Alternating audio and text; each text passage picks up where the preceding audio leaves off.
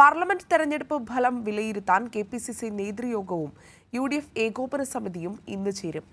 തൃശൂരിലെ ബിജെപി വിജയവും ആലത്തൂരിലെ പരാജയവും യോഗത്തിൽ ചർച്ചയാകും. കെ മുരളീധരന്റെ പരസ്യ പ്രതിഷേധവും സംഘടനാ വിഷയങ്ങളും യോഗം പരിശോധിക്കുമെന്നാണ് വിവരം.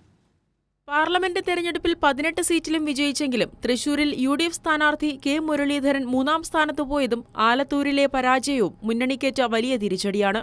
തൃശൂരിലെ പരാജയത്തെ തുടർന്ന് കെ മുരളീധരൻ തന്നെ പരസ്യമായി രംഗത്തെത്തിയിരുന്നു.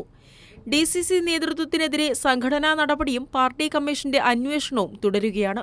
ആലത്തൂരിലെ പരാജയത്തിൽ പാർട്ടി സ്ഥാനാർത്ഥിക്കെതിരെ ഡിസിസി നേതൃത്വം തന്നെ രംഗത്തെത്തി.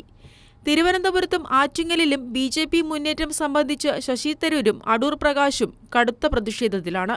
ഡിസിസി നേതൃത്വം സമ്പൂർണ്ണ പരാജയമാണെന്നാണ് ഇരുവരുടെയും വിലയിരുത്തൽ. പാർട്ടി നേതൃത്വത്തെ ഇരുവരും പ്രതിഷേധം അറിയിച്ചു കഴിഞ്ഞു.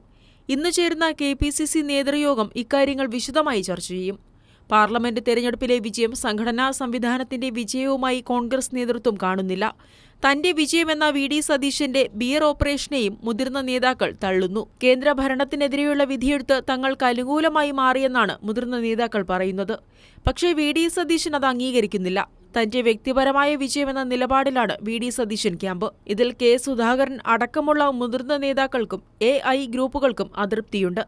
അതേസമയം യുഡിഎഫ് ഏകോപന സമിതി യോഗത്തിലും തൃശൂരിലെ പരാജയവും ബിജെപി മുന്നേറ്റവും ഘടകകക്ഷികൾ ഉന്നയിക്കും. കെപിസിസി യോഗം രാവിലെ 11 മണിക്ക് ഇന്ദിരാഭവനിലും യുഡിഎഫ് യോഗം വൈകിട്ട് പ്രതിപക്ഷ നേതാവിന്റെ ഔദ്യോഗിക വസതിയിലുമാണ് ചേരുക.